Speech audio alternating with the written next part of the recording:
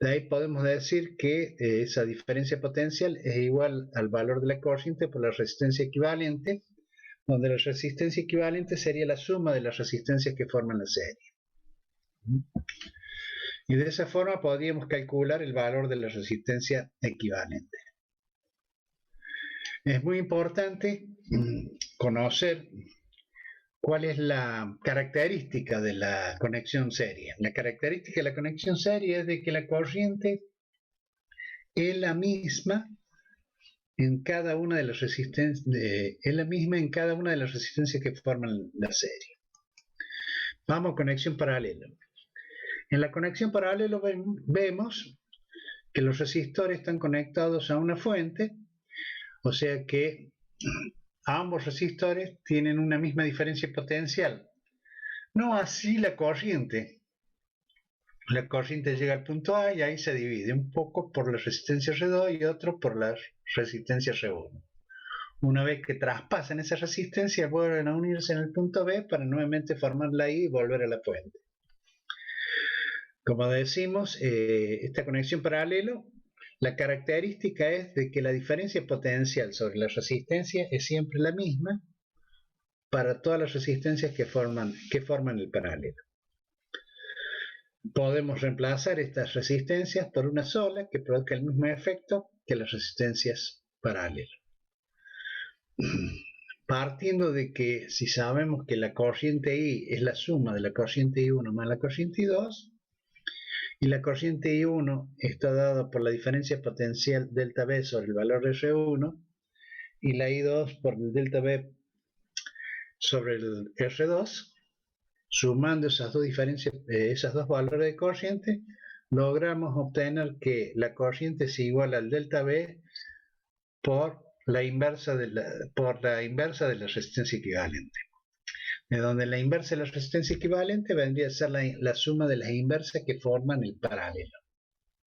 O sea que siempre que tengamos que calcular la resistencia equivalente de un paralelo, vamos a calcular nosotros la inversa de la resistencia equivalente, que va a ser la suma de las inversas de los equivalentes. Ahora bien, y esto que voy a decir es solamente válido para dos resistencias. Si tenemos estas dos resistencias y resolvemos esto, llegamos a esto que la resistencia equivalente es directamente proporcional al producto sobre la suma. Este nuevo valor de resistencia equivalente va a ser igual o menor que la menor que forma el paralelo. ¿Entendieron eso? Sí, se entiende. Perfecto.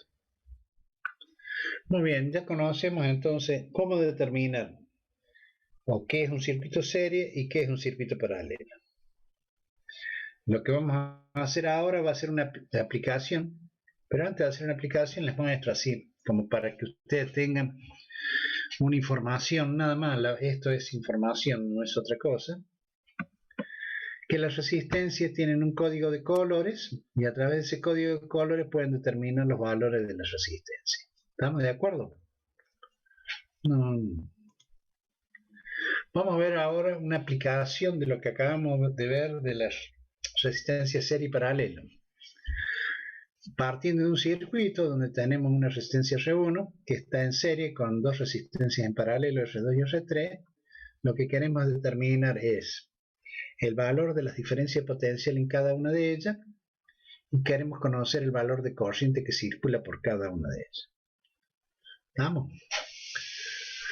Lo que vamos a hacer, vamos a tratar de calcular la corriente inicial, vamos a calcular la corriente y de ahí vamos a partir. Para poder calcular la corriente, lo que tenemos que determinar cuál es la resistencia equivalente de todo este circuito. Vamos a partir calculando la resistencia equivalente de este paralelo. El circuito nos quedaría de esta forma. La resistencia equivalente en este caso del paralelo estaría dado por el producto R3 por R2 sobre R3 más R2. En este caso nos daría 3 por 6 más 6 más 3 más 6. Esto nos daría 2 ohmios. Observen que el resultado es menor que el menor de los valores de resistencia que forman este paralelo. Por lo tanto, este valor está correcto. Entonces ahora nos queda esta resistencia con esta resistencia en paralelo, pero está formando una serie. Determinamos la serie esta resistencia equivalente va a ser dado por R1 más la resistencia paralela, que nos daría 4 ohms. O sea que la resistencia equivalente total sería de 4 ohms. Están aplicados 12 voltios, por lo tanto podemos calcular el valor de la corriente. Calculando el valor de la corriente, que serían 12 voltios dividido 4 ohms, nos daría que la corriente en el circuito sería de 3 amperes. ¿Sí? Muy bien. Sí, sí. ¿Y por qué se pondrían una resistencia en paralelo en vez de poner directamente una resistencia de 2 ohmios? ¿Qué? ¿Por qué se pondrían dos resistencias así en paralelo en vez de poner una sola resistencia en Podrían ser en un circuito podrían determinar distintas cargas que están que son, o sea, estas cargas podrían ser las cargas de otro circuito, o sea, serían formas de conexión, o sea, ¿cómo te puedo decir? Podría estar, suponete que si estamos analizando un circuito equivalente de un transistor, posiblemente encontremos que existe una resistencia de base que esté formada por dos resistencias, una para poder ingresar con la alimentación a la base y la otra para producir una caída de tensión sobre la base para que ese transistor funcione correctamente.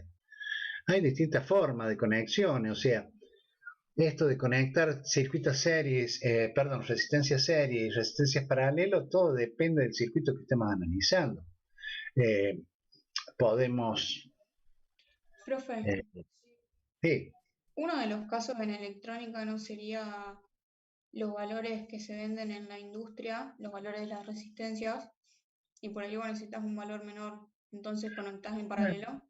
Puede ser, o sea, supónganse que tenemos un taller de electrónica y en el cual estamos trabajando, y es un día sábado, ya cerró todos los negocios, y de repente necesitamos un valor de resistencia, buscamos en nuestra caja de resistencia y no tenemos ese valor que buscamos, entonces, utilizando dos resistencias que posiblemente estén en esa caja, podemos determinar el valor de resistencia que nosotros necesitemos, ya sea para conectarnos en paralelo o conectarnos en serie.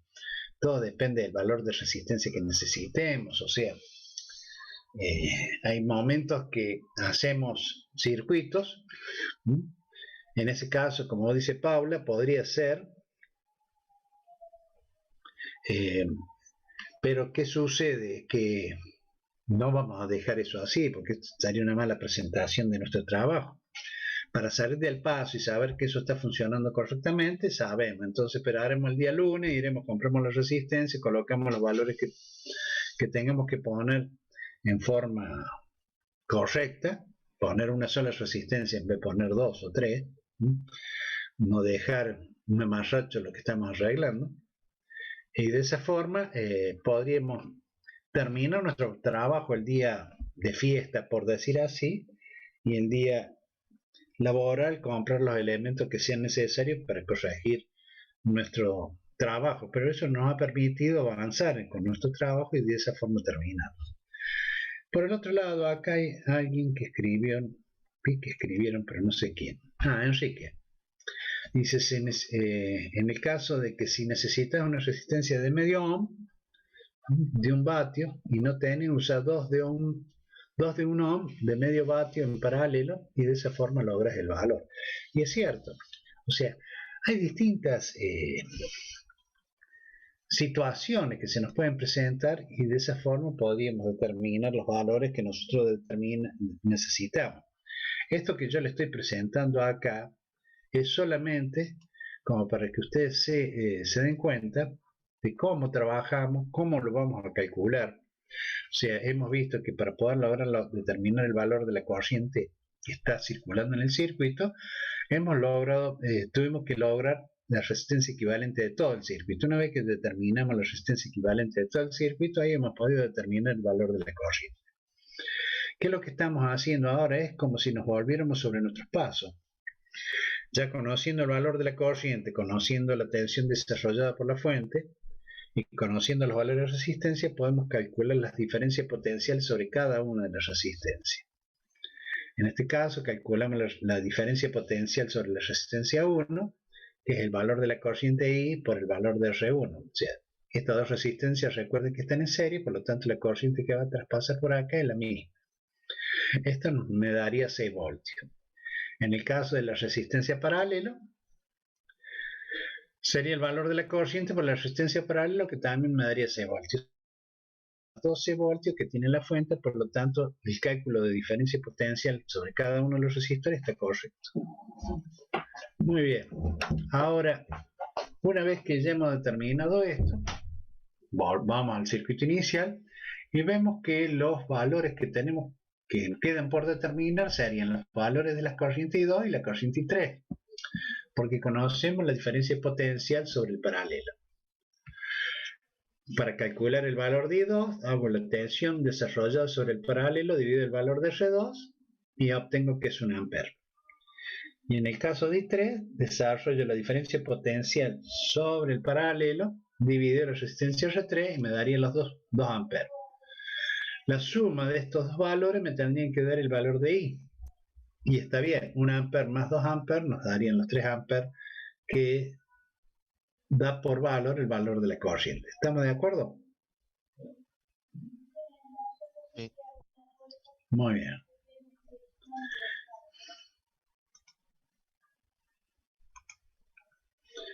Muchas veces necesitamos otra forma de cálculo y no la aplicación directa de la ley de Ohm, como la que hicimos recién, debido a que el circuito es un poco más complicado y más elaborado.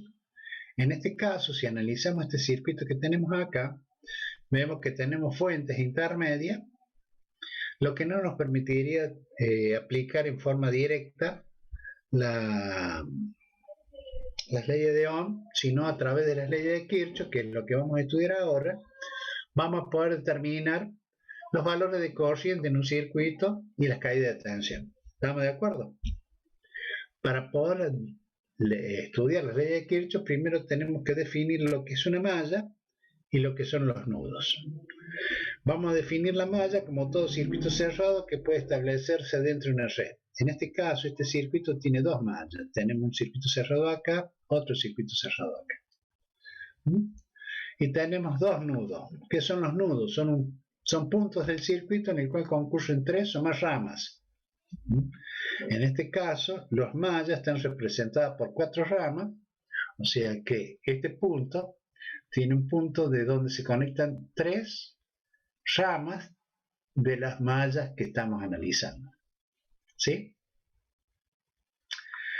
Como ustedes ven, R1 y R2 estarían en serie, lo que yo, utilizando la ley de Ohm, puedo determinar una resistencia equivalente, la voy a llamar resistencia equivalente 1, y estas dos resistencias que están en paralelo las voy a calcular como la resistencia equivalente 2. ¿Sí? De esa forma lo que hago es reducir el circuito para hacer el cálculo más fácil. Ahora bien, inicialmente ustedes ven que este circuito no tiene ninguna corriente, o mejor dicho, no está marcada ninguna de las corrientes como circulan dentro del circuito.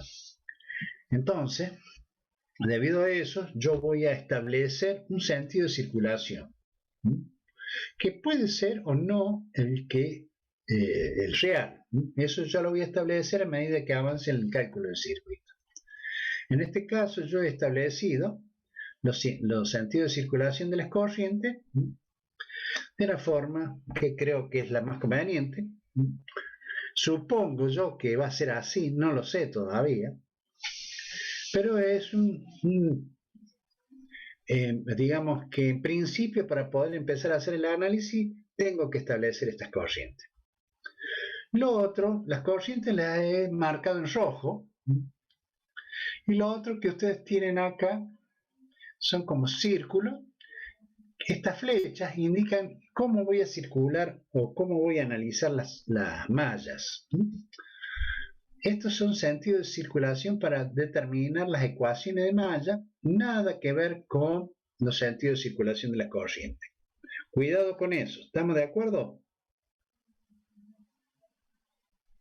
Sí, sí. Perfecto. En este caso, yo tengo dos nudos y dos mallas, el nudo A y el nudo B. Voy a determinar o voy a empezar a definir las leyes de Kirchhoff. Para eso vamos a definir la primera ley de Kirchhoff, ley de nudos. Y esta ley dice que la suma algebraica de las corrientes que concurren a un nudo debe ser cero. O sea que la sumatoria de las corrientes en un nudo tiene que ser igual a cero.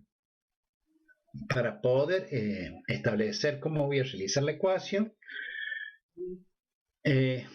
digo que lo voy a hacer de esta forma, diciendo que las corrientes que ingresan al nudo las vamos a tomar como positivas y las corrientes que salen del nudo las vamos a tomar como negativas. Entonces, cuando yo analizo el nudo A, las corrientes que entran van a ser positivas y las que salen negativas. Y 1 entra es positiva y 2 y 3 salen son negativas. La suma de esto me tiene que dar 0. En el caso B, la corriente I1 sale y 2 e I3 entran, por lo tanto, la ecuación sería esta. Y ahí tengo las dos ecuaciones de nudo que son necesarias para resolver este circuito. ¿Estamos bien hasta acá, chicos? ¿Entendieron lo que estamos haciendo? Sí, sí. Sí, profe. Muy bien. ¿Cómo? Sí. Muy bien. Vamos a la segunda ley de Kirchhoff, o ley de mallas. Esta ley dice lo siguiente, que la suma algebraica de las caídas de tensión al recorrer una malla completa deben ser 0. Esto se debe a la conservación de la energía. Para poder realizar las ecuaciones de malla, de cada una de las mallas, lo que tenemos que establecer por convención va a ser cómo van a ser los signos que vamos a ¿cómo se dice? ¿Cómo vamos a designar los signos para poder escribir las ecuaciones de malla? Cuando tengamos una batería y la recorramos de positivo a negativo, la caída de tensión va a ser negativa. Cuando la recorramos de negativo a positivo, la caída de tensión sobre la batería va a ser positiva. En el caso de una resistencia que tenga una circulación de corriente como la que se describe, la caída de tensión va a ser negativa cuando el recorrido coincida con el sentido de la circulación de la corriente y va a ser positiva cuando tenga sentido opuesto. ¿Estamos de acuerdo? Entonces, vamos a analizar, yo he dividido acá en dos mallas, que es lo que se puede dividir este circuito, para que podamos hacer el análisis.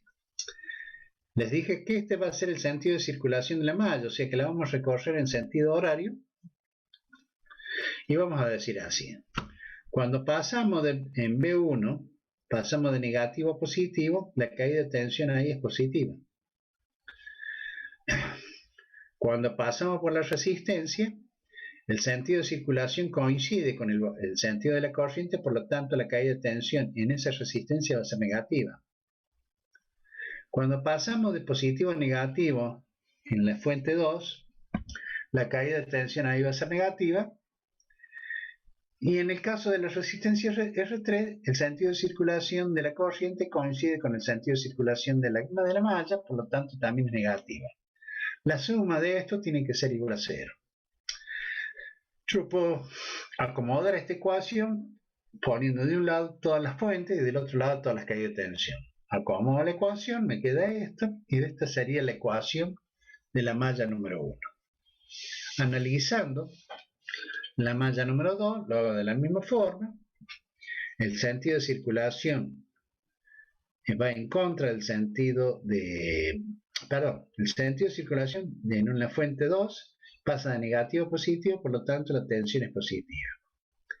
En el sentido de la circulación sobre R3 es positivo, debido a que el sentido de circulación de la corriente es contrario al sentido de circulación de la malla, y cuando paso por I2 o por R2, el sentido de circulación coincide con el sentido de la corriente, por lo tanto la caída de tensión acá es negativa. pongo las tensiones de fuente en un lado, las caídas en otro, y de esa forma obtengo la segunda ecuación. Estas dos ecuaciones en blanco o las dos ecuaciones en verde, más una ecuación de nudo, más uno de estos, cualquiera la que ustedes quieran, serían las que se tendrían que utilizar para hacer el cálculo de los valores de corriente y después calcularíamos los valores de tensión en cada uno de los elementos. Cuando nosotros hagamos el análisis o el cálculo de las corrientes, puede suceder que una de las corrientes nos dé un valor negativo, lo que va a estar indicando que el sentido impuesto al inicio es incorrecto y va en sentido opuesto. Pero eso no va a influir en el resultado que obtengamos. Para resolver estos circuitos de malla se utilizan los sistemas de ecuaciones, ya sea por determinante, por sustitución, por igualación, por cualquiera de los sistemas de resolución de ecuaciones pueden resolverlo. El más utilizado, le hago un comentario, es el de determinante, que es el que más se aplica para determinar esto. En nuestro caso... Profe, una pregunta. Sí, señor. ¿Por qué el voltaje 2 es positivo en la segunda malla? Lo mismo. Iba a Porque decir lo mismo está recién, pasando profe. de positivo a negativo, supuestamente. No. La corriente pasa de positivo a negativo. El sentido de circulación va de negativo a positivo. ¿Estamos? ¿Entendés? ¿Entienden o no? Sí, profesional. Ah, sí, entiendo. Como les digo, en nuestro caso, y para este tema, si llegara a salir en el parcial, lo único que yo necesito es fácilmente doy un circuito, seguramente le voy a marcar los sentidos de circulación de corriente para que todos tengamos la misma ecuación. Y ustedes lo único que tendrán que hacer es escribir la ecuación o las ecuaciones o discernir de un par de juegos de ecuaciones que yo pondré como resultado. Tendrán que marcar cuáles son las que son valederas y nada más. O sea, no vamos a hacer cálculos de este tipo porque es un proceso, ¿cómo les puedo decir? Bastante tedioso. Lleva tiempo para hacer estos cálculos. Y lo mismo yo supongo que en el práctico van a hacer lo mismo. O sea, normalmente, seguramente el profesor, el ingeniero Ramiro Pérez, posiblemente les muestre un cálculo o haga un cálculo para que ustedes tengan una idea, pero en realidad no va a realizar ejercitación de este tipo porque el proceso es más matemático que físico. Con que ustedes sepan armar las ecuaciones ya son suficientes, que después aplicar un proceso matemático va a ser más fácil y van a poder realizarlo. ¿Entienden lo que digo? Bien. Profe, perdón, yo sigo medio perdida en la segunda malla. ¿Lo puede volver a explicar? ¿Cómo no, señorita? Ahí vamos. Esta es la segunda malla, ¿cierto? No tenés que confundir lo que son las flechas de color rojo, es el sentido de circulación de la corriente. Y este otro, que yo tengo acá, es el sentido de circulación de la malla. Comienzo con la fuente. Como yo estoy recorriendo en sentido horario, voy desde acá para arriba, ¿estamos? Y en la fuente paso de negativo a positivo, lo que implica que la caída de tensión en B2 va a ser positiva. ¿Estamos bien hasta ahí, jovencita? Sí. Muy bien. Siguiendo por acá, I2 coincide con el sentido de circulación de la malla, ¿sí? Sí. Por lo tanto, la caída de tensión en R2, como coinciden, el valor de la caída de tensión va a ser negativo. Sí. ¿Está bien? Seguimos circulando y pasamos por R3 en sentido contrario a la corriente que está circulando por I3. ¿Estamos de acuerdo? O sea, el sentido de circulación va en Claro. sentido contrario a I3. Sí. Por lo tanto, la caída de tensión en la resistencia 3 va a ser positivo. Sí, ahí está bien. No, me había perdido en la parte del R3, digamos, porque no entendía cómo la corriente, digamos, la energía venía para abajo y la otra vueltita iba para arriba y ahí me enrosqué, digamos. Pero sí. Sí, sí, o sea, esto vos vas a hacer electrónica, No, mecánica. mecánica, bueno. eh, yo supongo que hoy en día, yo hace bastante que no practico este tipo de cálculo, ¿no? Pero yo supongo que hoy en día seguramente debe haber un programita como los que debe haber para todo, donde ustedes ingresan los valores y automáticamente ve la red todo. ¿Me explico? Sí. ¿Entienden? Muy bien. Vamos a seguir. Hasta acá van bien. Profe, ¿el sentido de la malla siempre es horario? Estas son convenciones. Ah, bien, bien, genial. O sea, posiblemente en otro libro diga que es sentido antihorario. O sea, esto es por convención. ¿Me entiendes? La más usada, por lo menos en mi época y en los libros que manejo yo, habla de esta forma. ¿Me explico? Pero son convenciones. Lo que hay que hacer es o sea, vos estableces algo y lo tenés que tener presente durante toda la ejercitación, o sea, en todo el ejercicio que estés haciendo. En el próximo podés cambiarlo y podés hacerlo de la otra forma. Cualquiera de los dos, o los tres o cuatro formas de realizar las cosas, seguramente van a coincidir tus resultados. ¿Me explico? Sí, sí.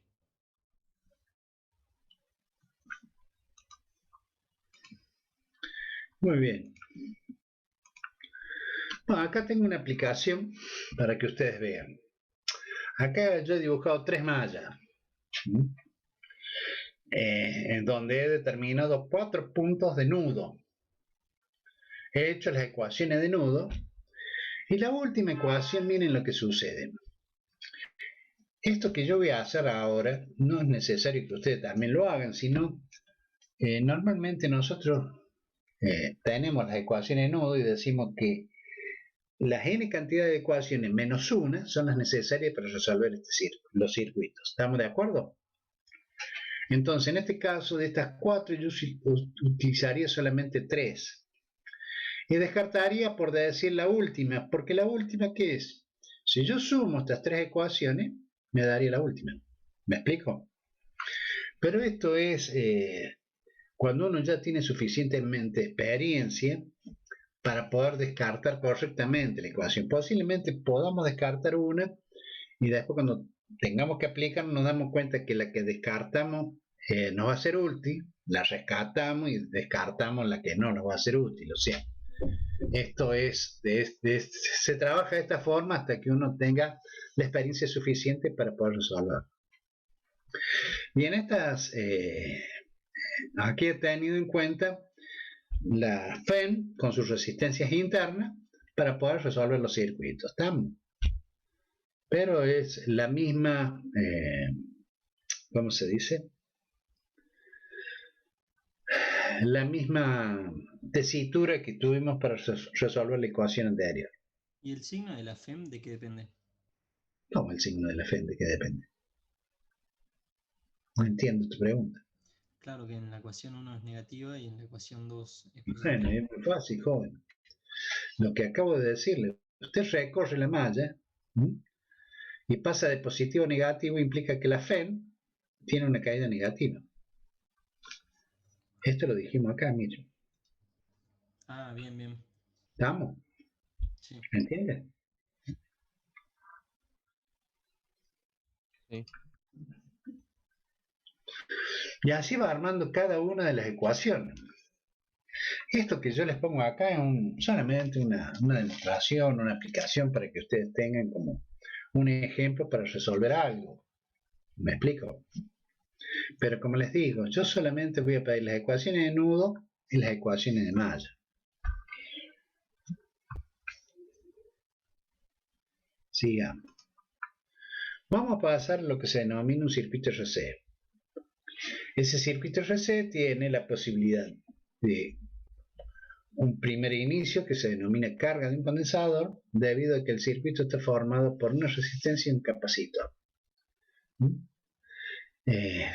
Y está conectado a una fuente. Si conectamos el interruptor a la posición A, vamos a producir lo que se denomina la carga del capacitor. ¿Entienden lo que estamos haciendo? O sea, yo tengo este circuito totalmente abierto, lo que implica que el capacitor está normalmente descargado.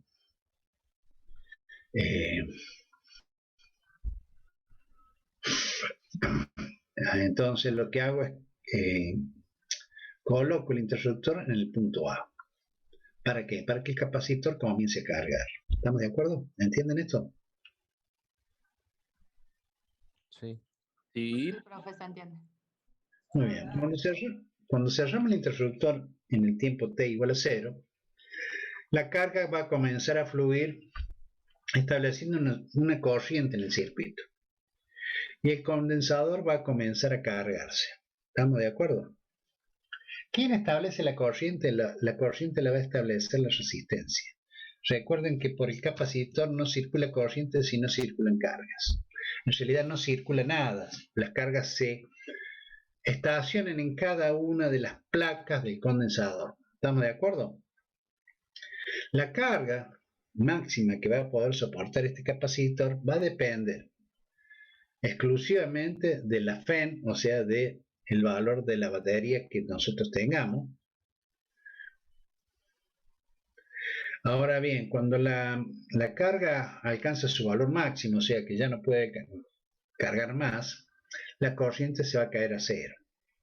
Eso es lo que vamos a hacer el análisis. ¿Qué es lo que queremos determinar acá?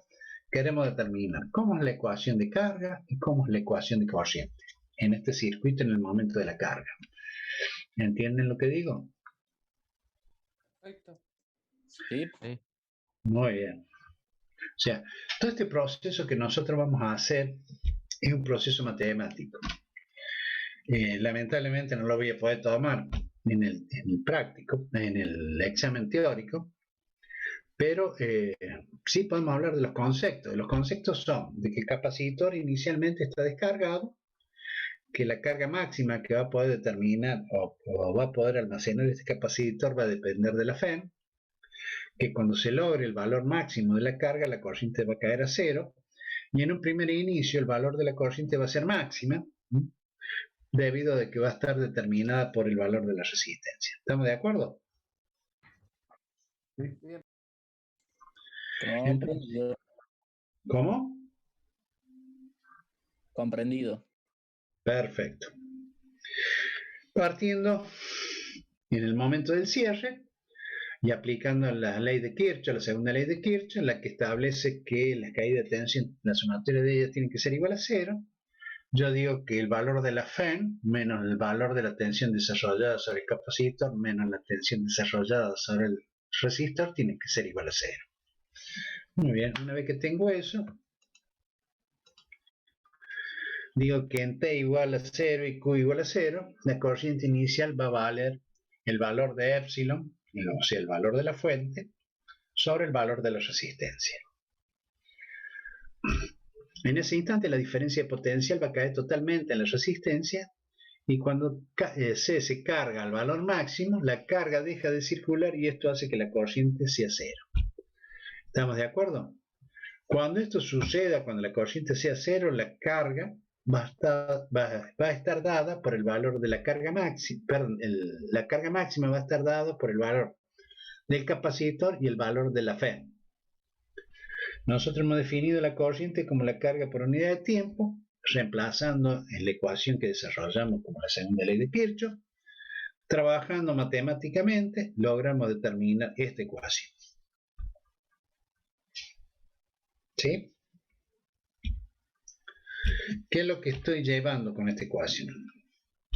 Lo que estoy haciendo con esta ecuación, estoy tratando de trabajarla de alguna forma para poner en un lado las cargas y en otro lado los tiempos. ¿Para qué? Para poder integrar. Entonces, despejando y preparando para integrar, nos va a quedar que el diferencial de Q va a ser igual, o mejor dicho, sobre la diferencia de las cargas Q menos la carga máxima, va a ser igual a menos la diferencial de tiempo sobre el valor de RC. Integrando eso, en el caso de las cargas entre 0 y el valor máximo, y en el caso del tiempo entre el 0 y el tiempo máximo. Y acá les puse un recordatorio para que ustedes no se me pierdan, que una integral de este tipo, como esta que tenemos acá, tiene una solución de este tipo. Entonces, esta solución va a estar dada por esta ecuación. ¿Cómo? Una pregunta. Si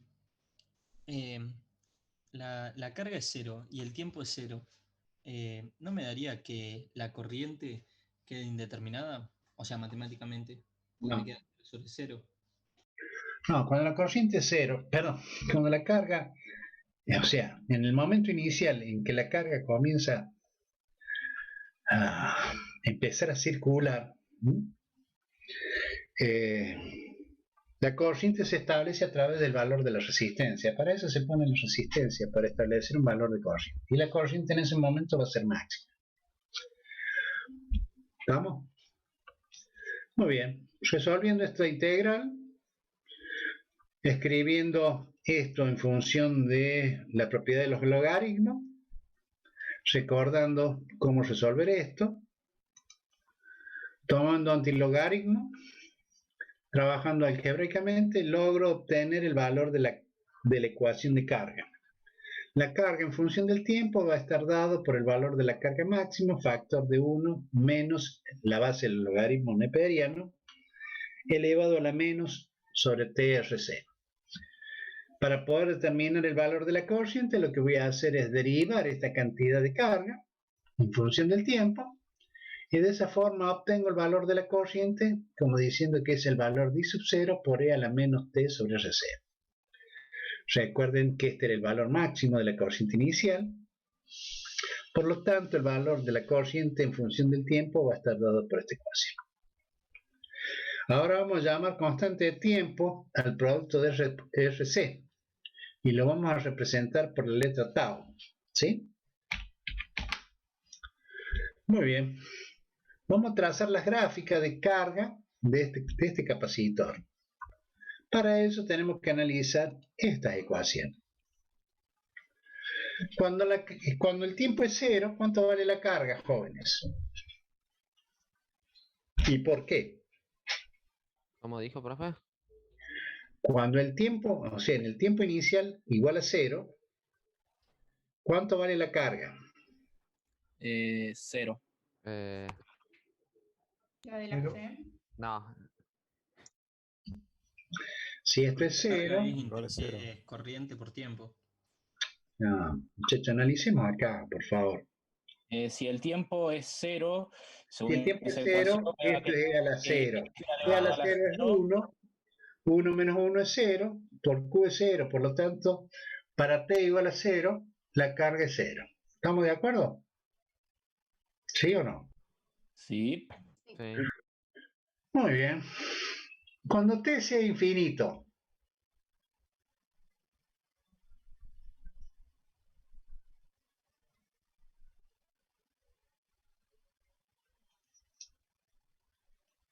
cuando T sea infinito, esto va a ser 0, entonces la carga va a ser máxima. Va a ser igual a C por E. Analizando la corriente, cuando T sea 0, la corriente va a ser el valor de la corriente inicial. Y cuando T sea infinito,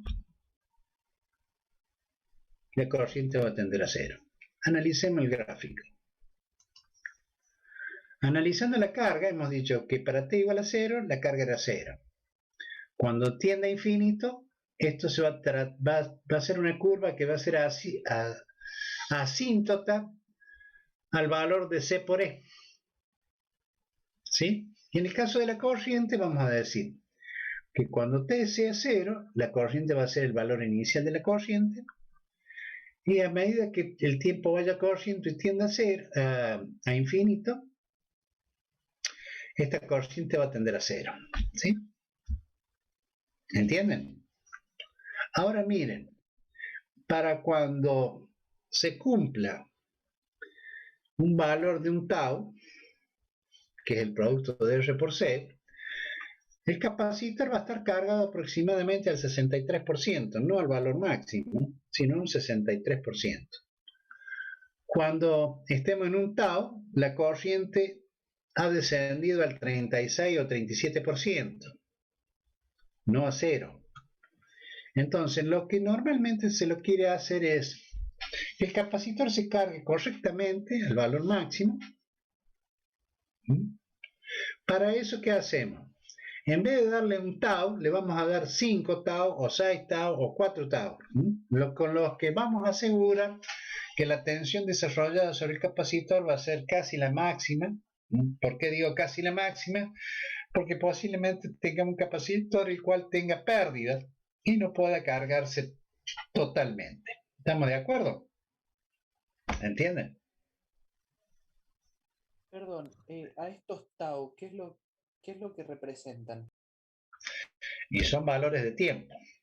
Son valores de tiempo que nosotros damos para O sea, en analizar. función de cómo vos armas el circuito, qué valor de resistencia pones, qué valor de capacitor pones, vas a tener un valor de tiempo. El producto de eso te va a dar un valor de tiempo. Ese valor de tiempo, te muestro acá, va a ser para un tau, 2 tau, 3 tau, 4 tau, 5 tau. ¿Qué es lo que se está haciendo? Con un tau, vos te aseguras que la corriente ha descendido al 37%. Con 2 tau, la corriente descendió a un 13,5%. ¿Sí? O sea que la corriente va disminuyendo a medida que aumenta la cantidad de tau. ¿Sí? ¿Entendemos? ¿Y qué es lo que va a suceder en el caso de la carga? Que la carga va a ir incrementándose a medida que vayan pasando el tiempo. Lo que yo quiero es de que o sea, el capacitor lo consideramos cargado, según ese gráfico, en 5 tau, que sería la cantidad de claro, segundos. lo consideramos cargado. Casi totalmente, como te digo, posiblemente podemos tener un capacitor que tenga alguna pérdida y no lo carguemos totalmente. ¿Pero por qué? Esto es porque recién, una cosa es hablar en forma teórica y otra es hablar en forma práctica. Si vos me decís en forma teórica, ¿y cuándo el capacitor se va a cargar totalmente? Allá en el infinito. ¿Me entendés? Ajá, pero prácticamente, ¿cómo va a ser? El infinito no, nunca vamos al infinito. Entonces, una forma de asegurarse que el capacitor se cargue casi totalmente es ampliando la cantidad de tau. Entonces te digo que normalmente se usa entre 4 y 6 tau para poder asegurar que el capacitor se haya cargado. Normalmente se da el número de 5. ¿Me explico, Enrique? Sí, sí, perfecto. Ahora bien, ¿dónde se utilizan estos circuitos? Filtros, osciladores. Filtros, osciladores. Y lo otro, esta forma de trabajo que le hemos dado nosotros. Yo supongo que algunos de ustedes vivieron en algún departamento, en un edificio, donde normalmente cuando bajan del ascensor, su pasillo debe estar oscuro, tienen una llave, accionan esa llave, la luz se prende, ustedes llegan hasta la puerta de su departamento, ingresan y al momento se apaga la luz del pasillo, ¿cierto? ¿O lo han visto alguna vez funcionar de esa forma? Sería como un timer, Sí. ¿puede ser? Exacto, como un timer. Temporizador. Circuito de Temporizado. Es antiguamente, hoy en día ya no, porque hoy está todo muy industrializado, o sea, en la época que yo te estoy hablando, años 70, 74, normalmente se hacían estos circuitos para hacer, ¿cómo se dice? Hacer ese tipo de circuitos y poder tener la luz prendida o apagada, ¿me entienden? O sea, un timer de ese tipo. Ahora bien, ya lo tenemos cargado el capacitor, ahora queremos descargarlo. ¿Cómo vamos a hacer?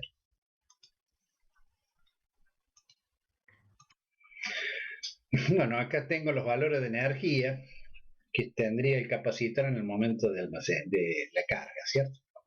En la descarga del capacitor, los vamos a independizar del valor de la batería y vamos a conectar el interruptor en la posición B, ¿sí? ¿Por qué? Porque el capacitor vamos a suponerlo totalmente cargado y lo que necesitamos es cargar ese capacitor, o sea que este capacitor va a actuar como fuente. ¿Estamos de acuerdo? Sí. Muy bien. Cuando el interruptor está abierto, la diferencia potencial está toda desarrollada sobre el capacitor y vale el valor de Q sobre C. En la resistencia es cero la caída de tensión porque no hay corriente todavía. Cerramos el interruptor, el condensador comienza a descargarse, pero miren ahora, ¿cómo se va a descargar? Bueno, recién, para que ustedes vean, el capacitor se cargó. La corriente, vamos a decir que salió de acá, el capacitor se cargó positivamente acá y negativamente de este lado. Por lo tanto, la corriente es esta, tiene este sentido. ¿Lo ven? Sí, correcto. Muy bien, miren ahora.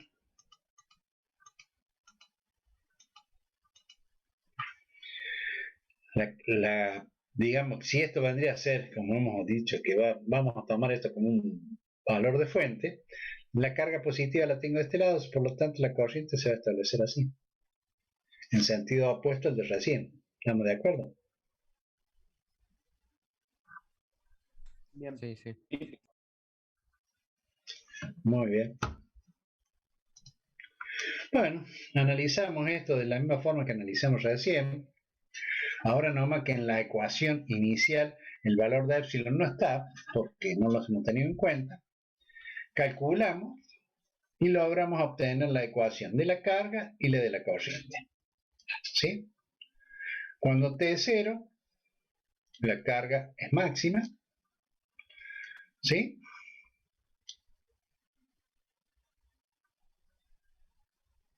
¿Sí o no? No, no, Sí. cuando T es Sí, infinito. Cuando T sea 0, La carga es máxima. La carga es carga, ¿no? máxima. Cuando la corriente T sea 0, La corriente debería ser la máxima. la máxima, pero en sentido opuesto. Miren el signo. ¿Estamos? ¿Entienden? Sí, pero Sí. en realidad estaría bien con la dirección de la flecha que puso anteriormente. Exacto. Entonces, miren, yo acá ya había dibujado la otra vez. Esperen un segundito.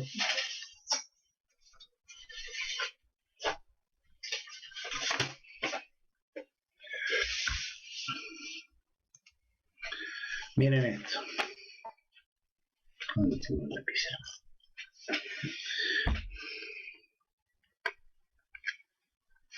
Ahí tienen, o sea, esta primera curva es la de carga.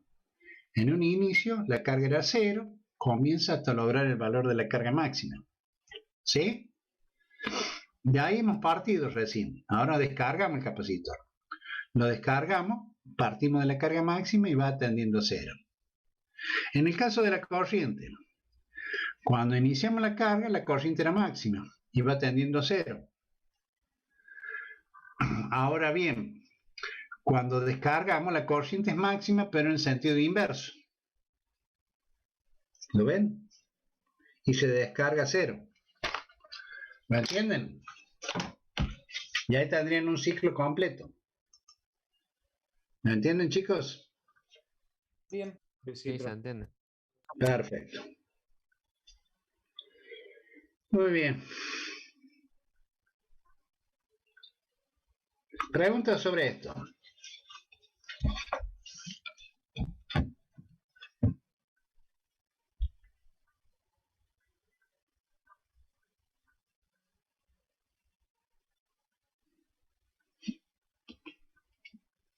Me parece ¿Cómo? No, me parece que no hay. Volvemos a mostrar el gráfico. Acá Axel pide la muestra del gráfico. Me cuesta tanto a mí esta cosa. No, la estoy mostrando otra vez. Ahí está.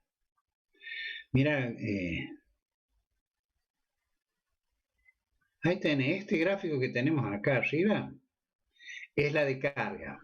La primera parte hasta la línea de trazo es cuando el capacitor se va cargando. Luego se descarga en la segunda opción, digamos en el segundo paso. En el caso de la corriente, en esta parte es cuando el condensador comienza a cargarse. Y acá es cuando en la segunda parte, que ahí comenzamos a descargar el capacitor.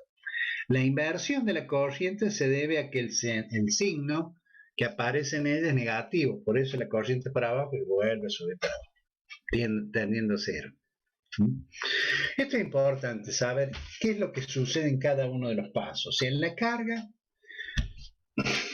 inicialmente es cero, tiende a tener el valor de la carga máxima. ¿Por qué tiene esa curva, esa tendencia? Porque es logarítmica. ¿A qué valor máximo se va a cargar? Se va a cargar al valor máximo del producto del valor de la capacidad por el valor de la fuente. Ese va a ser el valor máximo de carga que va a poder obtener. Muy bien. Ahora, ¿qué otra cosa debo saber? Que en el momento inicial la corriente es máxima y va a tender a cero.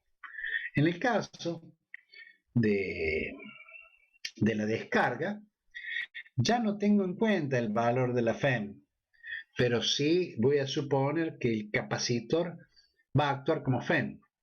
Por lo tanto, el sentido de circulación de la corriente va a ser inverso al inicial. Entonces, en el primer momento, la corriente va a ser máxima, pero va a tener sentido opuesto. Y la carga va a ser máxima, va a tender a cero en el momento que empieza a descargarse. ¿Estamos? Ahora nos queda por ver dos circuitos. ¿Quieren descansar un rato o seguimos? Hagamos la de 35, una pausa. Perfecto. ¿Qué hora son ahora, che? Son y 25 y 35 volvemos, ¿eh? Quedamos así. Perfecto.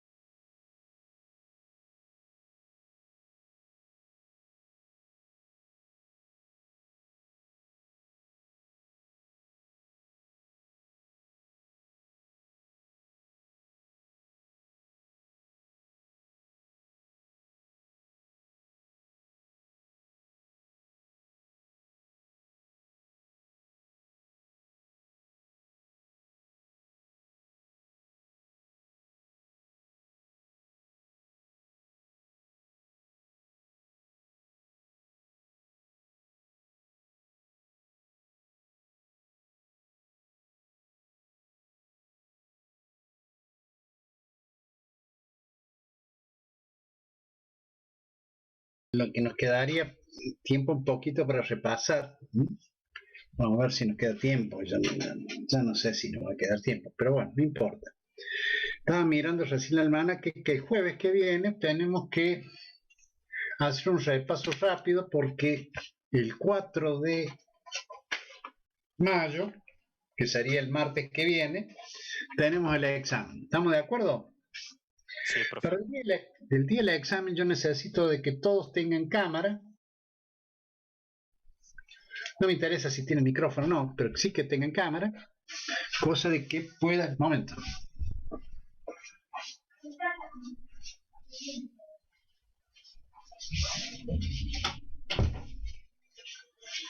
Para que yo pueda, como les digo, visualizarlos a medida que vayan haciendo el examen. O sea, vamos a hacer un Zoom, y ese Zoom ustedes van a entrar, que es este que estamos utilizando, para el día del examen.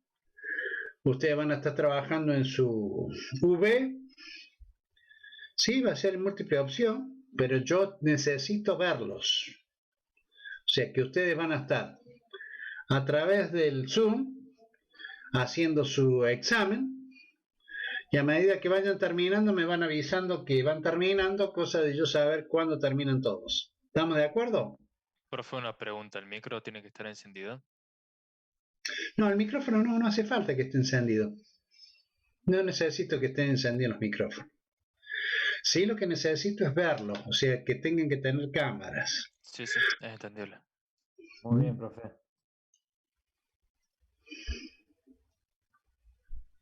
No, ningún problema, Juan.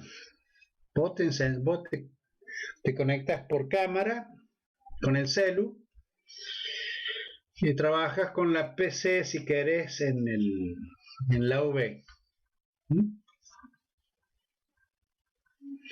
Como les dije, va a ser múltiple opción, van a ser 10 preguntas y van a ser 4 minutos por pregunta, por lo tanto van a tener 40 minutos para resolverlo.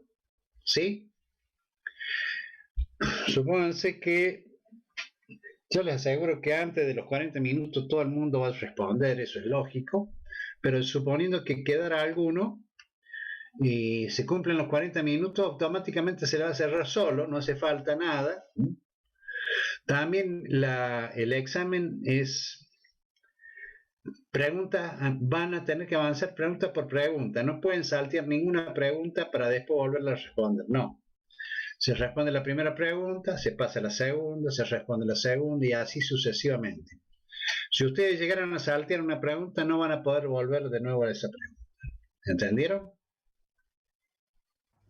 Sí, profe. Profe, pero el Zoom no nos permite, o porque muchas veces los profes dicen que no podemos, pero digamos la V te lo permite. Y por ahí, No, bueno, no va a poder está porque bueno ya está programado de avanzar. esa forma. Yo ya lo hice secuencial, no va a permitirte ni por joda.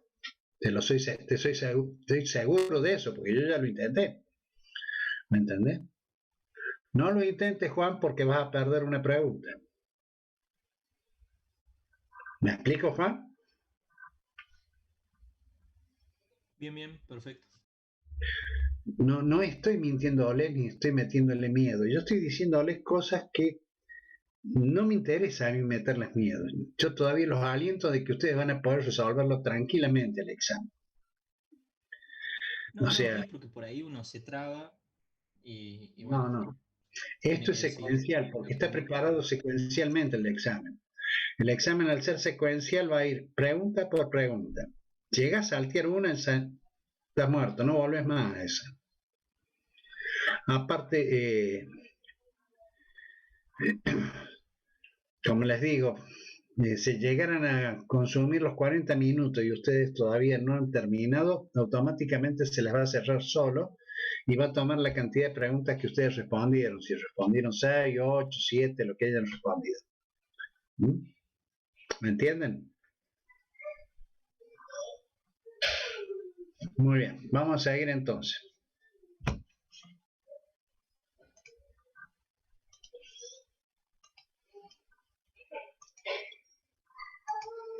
Profe, quería hacer una pregunta. ¿En los circuitos RC puede ser un circuito paralelo?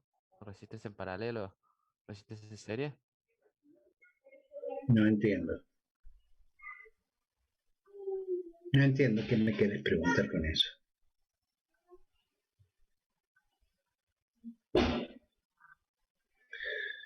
Si en vez de haber una resistencia, haya unas dos resistencias en paralelo en el circuito Sí, puede RC. haber 2, 3, 2 en serie. Eso es. Todo depende de cómo vos armás el circuito. ¿Estamos? Sí. Hay alguien que preguntó algo acá. ¿Qué libro es el mejor para el teórico? Yo sigo, como les digo, Serway. Y ustedes podrían seguir Serway o cualquier otro que sea de nivel universitario. Todos los libros son buenos. El problema de los libros, ¿cuál es? De que los consigamos. Hoy en día Posiblemente los libros están un poco más caros, no sé, en mi época no era así, normalmente comprábamos los libros. Hoy posiblemente, ¿cómo les puedo decir? No esté al alcance de ustedes. Entonces por eso yo opté por el Serway, para que ustedes pudieran alcanzar a través del centro de estudiantes, poder bajar los PDF de los libros de Serway, volumen 1 y volumen 2, sin ningún costo. Sí, Morelli, yo entiendo, no lo pongas así. No sabes que es lastimoso que ustedes no puedan comprar un libro. Ustedes no se dan cuenta lo valedero que es leer un libro. No es lo mismo leer un libro que leer un apunte o que leer a través de la PC. Leer un libro es algo que les va a facilitar a medida que ustedes vayan entendiendo cómo leer el libro. Así que, no sé, para mí es doloroso decirles que busquen un PDF. Me gustaría que todos tuvieran un libro, pero si no lo pueden, bueno, lastimosamente esta es la realidad que nos toca vivir. Así que, por lo tanto, yo les diría que entren a la página del centro de estudiantes, ahí van a tener libros de matemática, de química, de física. Bajan en los de física está en el Serway, por eso yo opté por eso, porque estaba a mano de ustedes y todos podían alcanzarlo. Si ustedes bajan esos libros, con eso sería suficiente. Es lógico, a mí también me queman los ojos. Tengo mi libro.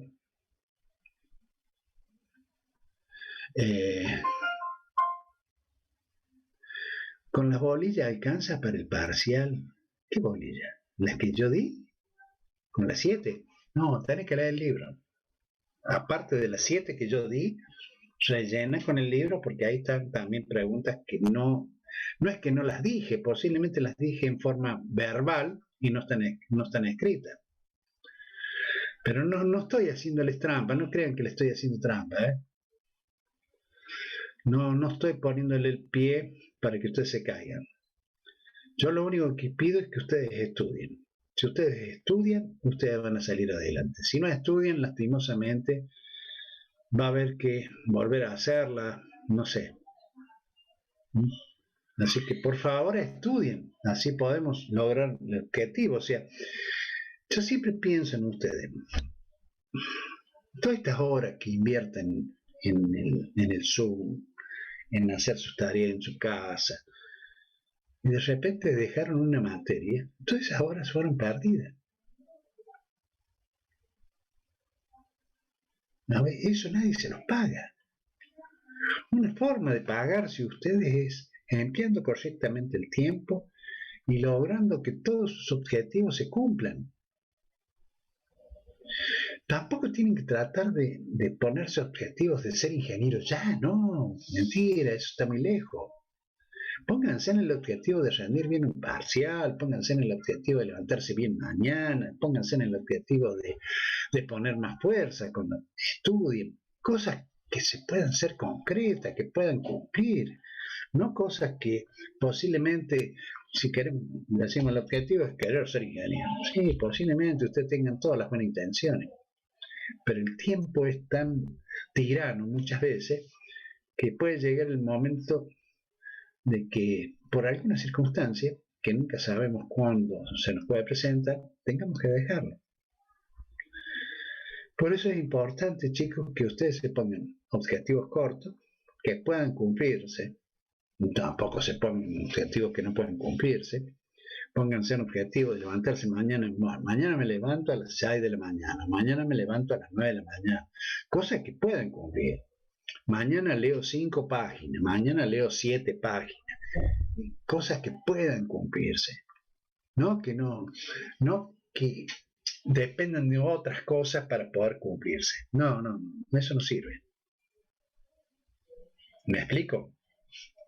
Así que estudien, El jueves vamos a repasar, vamos a hacerlo lo más rápido posible. Y ahora vamos a ir a terminar con esta bolilla. Vamos a ver el puente de Wheaton. Este puente de Wheaton es un instrumento el cual nos permite determinar valores de resistencia con bastante precisión. Muy utilizado este instrumento en los laboratorios de electrónica. Eso no quiere decir que no pueda ser utilizado en el campo, o sea, cuando ustedes están haciendo alguna reparación en algún otro taller. Este instrumento sirve, como les digo, para determinar valores de resistencia. Ahora bien, ¿cómo está formado este instrumento? Está formado por 4 resistores, una FEM y un galvanómetro. ¿Saben lo que es un galvanómetro? Un galvanómetro es un instrumento el cual permite medir la corriente eléctrica. No. Ya te digo uno, para. Un galvanómetro es un indicador de cero central. ¿Qué significa? Que su aguja está centrada, o sea, tiene un centro y se puede desplazar tanto hacia la izquierda o hacia la derecha para indicar el sentido de la corriente, si es hacia un lado o hacia el otro. Ahí tienen un galvanómetro de cero central. ¿Vamos? Ese galvanómetro puede desplazarse a la derecha o hacia la izquierda y es lo que tienen conectado, como se muestra ahí, en el lugar de G. O sea, estas son las 4 resistencias que forman el puente. La resistencia N, P y M son resistencias fijas y la resistencia X es la resistencia desconocida que queremos medir. El galvanómetro une el punto B y C a través del interruptor K2 y de esta resistencia. Esta resistencia es la resistencia Shunt, que es una resistencia que protege al galvanómetro de una sobretensión. El interruptor K1 es el interruptor inicial y el valor de la fuente no tiene ninguna incumbencia para el cálculo de la resistencia.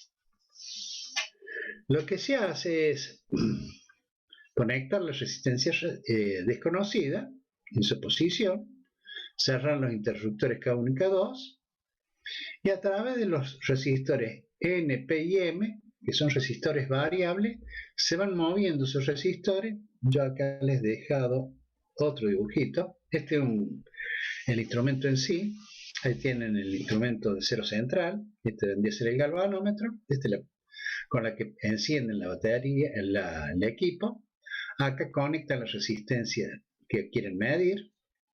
Y a través de estos resistores, lo que hacen son resistores paso a paso, van tomando distintos valores, desde 1 hasta 9, y tienen multiplicadores por 1000, multiplicadores por 100, multiplicadores por 10, multiplicadores por 1, para lograr equilibrar el puente. ¿Qué significa equilibrar el puente? Bueno, se supone que cuando ustedes conectan la resistencia Rx, este puente va a salir del equilibrio. El equilibrio significa que esté marcando en 0. Si sale del equilibrio, se irá hacia el lado izquierdo, hacia el lado derecho. Una vez que se desequilibró, lo que ustedes van a hacer a través de estos resistores es mover estos resistores paso a paso para lograr el equilibrio. O sea, tratar de hacer tender que esta aguja vuelva a la posición 0. Cuando ustedes logran hacer tender que esta aguja vuelva a la posición 0, leen los valores que han obtenido acá y ustedes tienen 5000, porque está en la posición 5 multiplicado por 1000, son 5000, 6 por 100, 600, 5600. Esto está, este tiene por 10, o sea que esto es 5700. 5700 sería el valor de la resistencia que equilibraría este puente. ¿Estamos de acuerdo? ¿Entienden cómo es? ¿Cómo funciona esto? Muy bien. Entonces, ¿qué es lo que sucede cuando nosotros estamos haciendo todos estos movimientos? Lo que estamos buscando a través de los movimientos de la resistencia es que los diferentes potenciales entre el AB y BD sean iguales al AC y al CD. ¿Para qué? Porque de esta forma yo voy a lograr que los valores de corriente I1 y I2, multiplicados por sus resistencias en cada una de las ramas, sus potenciales sean iguales y de esa forma voy a hacer equilibrar el puente. De esta forma, trabajándolo, haciendo un cociente, obtengo el valor de la resistencia desconocida, calculando a través de los valores de N, P y M, P y N. Eso sería la forma en que se calcularía. Pero como les digo, los instrumentos automáticamente tienen los números, por lo tanto ustedes automáticamente van a conocer el valor de la resistencia que equilibra este puente. Entonces, ¿para qué sirve un puente de Wheatstone? Sirve para medir o conocer una resistencia desconocida. En este caso, la resistencia X que tiene ahí en el gráfico. Claro, la resistencia X, la resistencia desconocida, que es la que ustedes quieren conocer. Profe, ¿podemos decir que las resistencias de arriba están en paralelo? Porque en realidad está dibujado de una forma compleja, pero los de arriba están en paralelo y los de abajo también, ¿o no? Todo depende. Si vos consideras la resistencia Joule, En realidad me parece que la N está en paralelo con la X y la P está en paralelo con la No. M. no hace falta, miren. En el No puente. lo... Sí, está bien. No se pongan a jugar con eso, porque van a perder tiempo, le va a llevar tiempo y no va a ser de suma utilidad. Es cierto, es lindo. Ustedes que van a hacer electrónico, yo lo he hecho. Hay que ponerse a pensarlo. Es lo mismo que dibujar un cubo y en cada lado del cubo dibujar una resistencia y decir cómo está, cuánto vale la resistencia total de ese cubo. Lleva tiempo, lleva análisis, o sea, ponerse a pensar, analizar, ver, tomar los puntos. No es estresante, para los que les gusta la electrónica le va a hacer, van a sentir el gusto a miel en la boca. Ahora, no les va a dar nada, solamente un pasatiempo que les va a agradar y nada más. O sea, nunca van a encontrar un circuito de esa forma. Así que yo les digo, no se pongan a jugar con esto. En todo caso lo hacen en las vacaciones de julio, cuando tengan tiempo, empiezan a hacer el análisis. Hay varios circuitos muy lindos, yo supongo que deben estar en internet, no los he buscado, con los cuales podemos jugar y calcularlo, porque lo otro es saber cuál es la solución, o por lo menos saber cuál es el valor de la solución, para saber que si lo que hicimos está bien o lo que está mal. ¿Me explico? ¿Me entienden lo que quiero decirles? Sí, entendí. Bueno. Vamos entonces con lo otro. Lo otro que vamos a ver es otro instrumento que se denomina potenciómetro. Este potenciómetro es un instrumento el cual puede medir FEN de determinado valor. Esta es la FEN que queremos medir. Esta es la FEN del equipo. Esto está formado por una FEN y una resistencia con un punto medio, el que está unido a un galvanómetro, y la FEN. ¿Sí? ¿Qué sucede? Esta FEN que yo quiero medir tiene que ser mucho menor que la FEN del circuito, si no, no vamos a poder realizar la tarea. Ahora bien, esta FEN, ¿qué FEN podría ser? Bueno, antiguamente, yo les comento, los instrumentos de temperatura eran del tipo potenciómétrico. se decía. O sea que cumplían con esta característica. ¿Por qué? Porque las termocuplas generan una diferencia potencial muy pequeña, la cual puede ser medida con este tipo de instrumentos. Y son de gran precisión. ¿Cómo funciona esto? Esto tiene una resistencia que por la parte superior circula una corriente y por la parte inferior tenemos una diferencia potencial con una FEN. ¿Qué es lo que hacemos? Colocamos la FEN a medir, el galvanómetro no está indicando cero, lo que hacemos es mover este reóstato, lo vamos llevando muy lentamente hasta lograr que el galvanómetro marque cero. Cuando el galvanómetro marca cero, indica que el potencial desarrollado por debajo de la resistencia es igual al de la FEN, ¿estamos? Y el potenciómetro superior es igual al producto de la corriente que está circulando por ella, multiplicada por el valor de la resistencia SC. Entonces, optando por esto, por estos dos valores, tenemos que el recorrido superior de la tensión desarrollada entre el punto C y el punto B está dado por el valor de la corriente que está circulando por el valor de resistencia entre el punto C y B.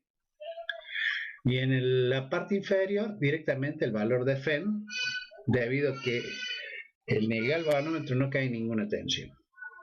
Como estos dos son iguales, igualo, y de ahí obtengo que el valor de la corriente I por el valor de la resistencia entre el punto C y B tiene que ser igual al valor de la FEN. ¿Sí?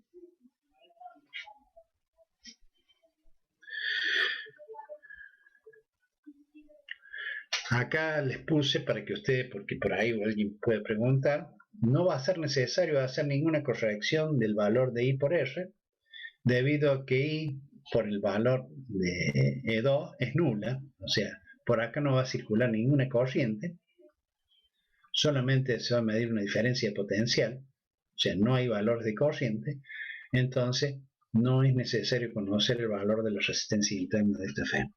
¿Estamos de acuerdo? Bien, profe. Sí, sí, profe. Muy bien. Y con esto damos por terminado. Creo que así, sí. Damos por terminado la bolilla 7. O sea que de la bolilla 1 a la bolilla 7 es lo que ustedes tienen que estudiar para este parcial. Veamos ahora, así empezamos a analizar, ya que nos quedan 15 minutos por lo menos, uno de los tantos. Sí, señorita. El potenciómetro que usted dijo recién no tiene nada que ver con el potenciómetro electrónico de los circuitos electrónicos. ¿A qué hace referencia? Porque hay Las potenciómetros. resistencias variables. Sí, o sea, una resistencia variable es una resistencia potenciométrica que se le denomina. Ese potenciómetro es muy utilizado en los volúmenes de radio, en los volúmenes de equipo, en los volúmenes del televisor. Hoy en día ya no, porque se utilizan otras cosas. ¿Me entienden? Un circuito el cual es controlado por un control remoto. Pero no importa. Ese es un resistor variable. Se dice del tipo potenciométrico porque está basado en un potenciómetro, que es lo que yo te mostré recién.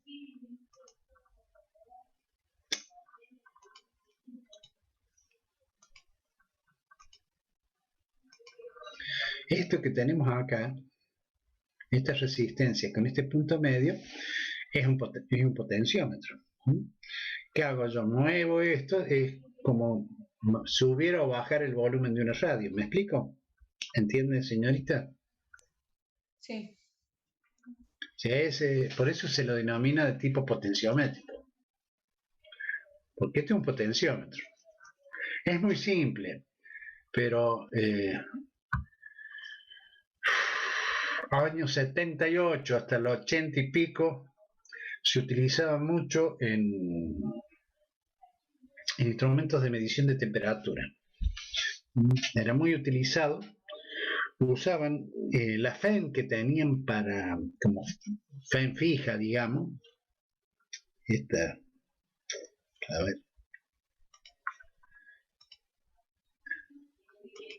esta FEN, la E1, era una pila de mercurio. Era una pila, al ser una pila de mercurio, era una pila muy precisa.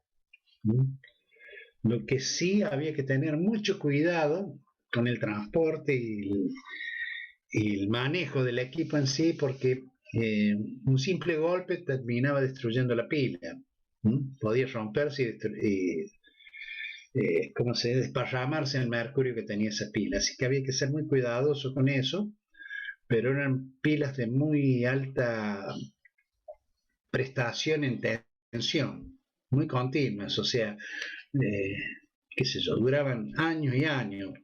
Por lo menos el equipo que nosotros utilizábamos, ese equipo yo calculo de haber tenido unos 10, 15 años y nunca se había cambiado la pila y siempre la pila entregaba 15 voltios espectaculares, nunca eran más ni menos, eran 15 voltios, medidos constantemente con instrumentos de bastante precisión. Casualmente los medíamos para conocer si estábamos midiendo bien o estábamos midiendo mal. Yo les hablo esto, por eso les hablaba recién del año 78. Año 78 yo trabajaba con este tipo de cosas. Bueno, déjenme buscar, que yo estaba buscando recién acá los cuestionarios.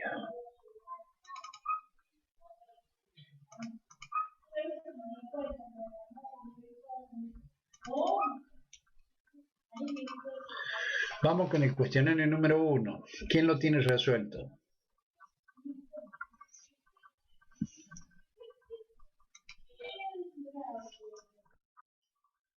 ¿Sí? Yo también lo tengo. Muy bien. Entonces vamos. ¿Qué es el contacto térmico?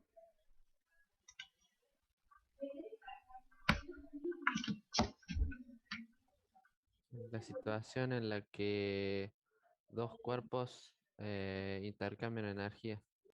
Perfecto, muy bien. El significado de equilibrio térmico.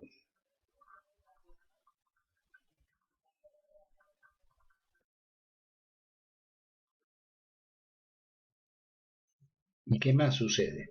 Que no se producen intercambios de energía en forma de calor. Muy bien, señorita. Muy Intercambio bien. cero. Exacto.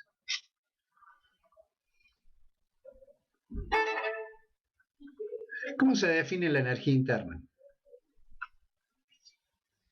La energía interna es toda la energía de un sistema que se asocia con sus componentes microscópicos, átomos y moléculas, cuando se observa desde un sistema de referencia que está en reposo respecto al sistema. ¿Qué es la ley de Boyle?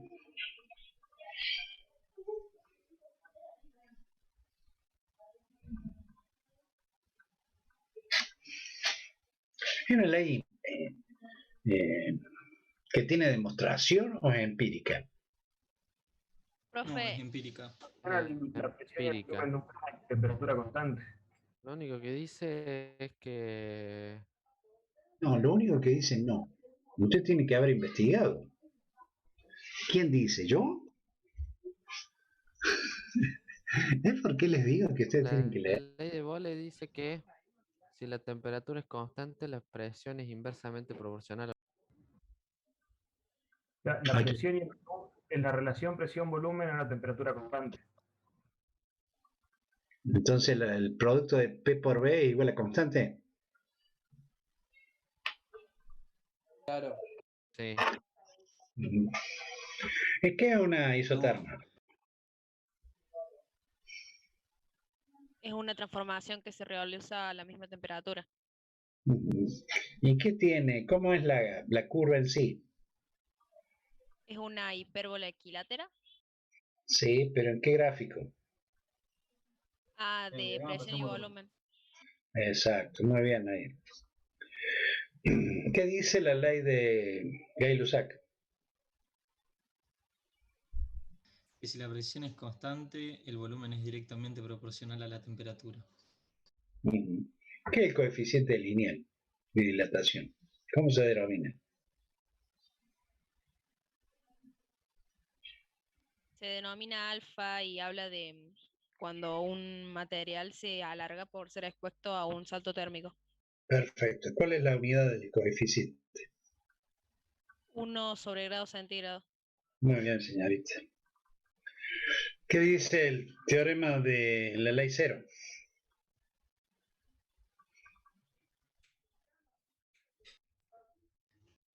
Que si A y B por separado están en equilibrio térmico con C, A y B están en equilibrio térmico. ¿Qué es temperatura? ¿Cómo se define? Es la propiedad que permite determinar si un objeto está en equilibrio térmico con otros cuerpos. Muy bien. Bueno, de esa forma tienen que empezar a hacer las cosas, ¿estamos? Ya tenemos el 1 listo. Bueno, ahora yo los voy a dejar porque ya dentro de 10 minutitos comienzo con el otro curso. Así que los dejo. El jueves seguimos. Por favor, tengan los 6, ¿cómo se dice? Los 6 cuestionarios restantes. Trátenlo de tener resuelto, cosa de que no vamos a hacer uno, vamos a ir haciendo ping-pong. Yo abro los 7 cuestionarios, pregunto del 2, el 3, el 4, el 5, el 8, el 6, el 7. No vamos a hacer una por una, ¿estamos? Y de esa forma vamos a ir. ¿Para qué vamos a hacerlo así? Para agilizar nuestra mente y tenerlos en formas más... o sea, es una práctica variada, o sea, tiene su explicación. Claro, para científica. que estemos, o sea, un poco para entrar en el entrenamiento, cómo los tenemos que poner en contacto, cómo tenemos que hacer para trabajar en el parcial. Lo otro, muchachos, recuerden que esto es múltiple opción. No se leen la respuesta. Ustedes leen la pregunta y buscan en su cabeza la respuesta. Luego leen la respuesta y la respuesta que esté más cerca de lo que dijo su cabeza, esa la marcan. ¿Estamos de acuerdo? No lean la respuesta porque al leer la respuesta muchas veces nos hacen meter la pata. Y no es un tatetí, Gil. ¿Estamos? Claro, sí, todo lo que ustedes quieran, pero no un tatetí. Bueno, chicos, los dejo. Nos vemos el jueves que viene. Que pasen unas buenas noches. Y no, buen fin de no. Nos vemos el jueves. Vamos, Moragués. Chao.